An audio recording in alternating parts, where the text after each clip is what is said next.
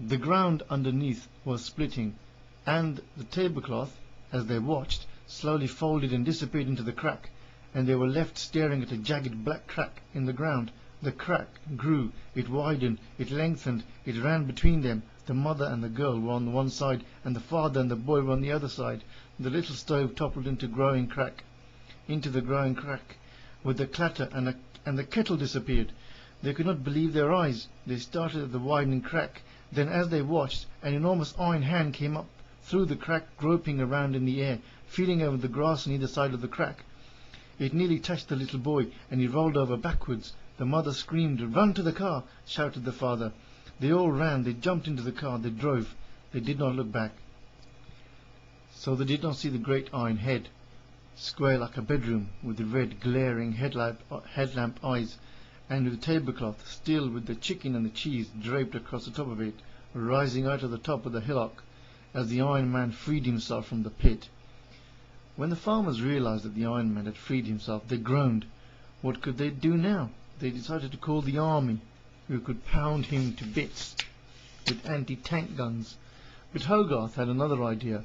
At first the farmers would not hear of it, least of all his own father, but at last they agreed. Yes, they would give Hogarth's idea a trial, and if it failed they would call in the army.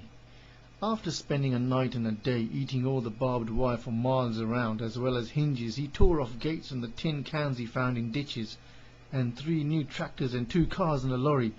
The Iron Man was resting in a clump of elm trees.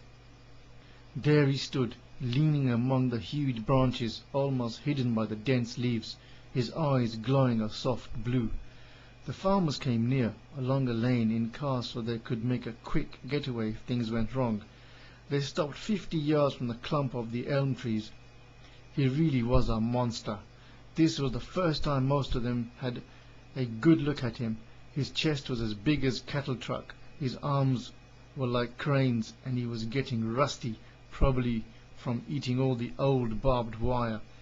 Now Hogarth walked up towards the Iron Man. "Hello!" he shouted, and stopped. "Hello, Mr. Iron Man!" The Iron Man made no move. His eyes did not change. Then Hogarth picked up a rusty old horseshoe and knocked it against a stone. Clonk, clonk, clonk. At once the Iron Man's eyes turned darker blue, then purple, then red.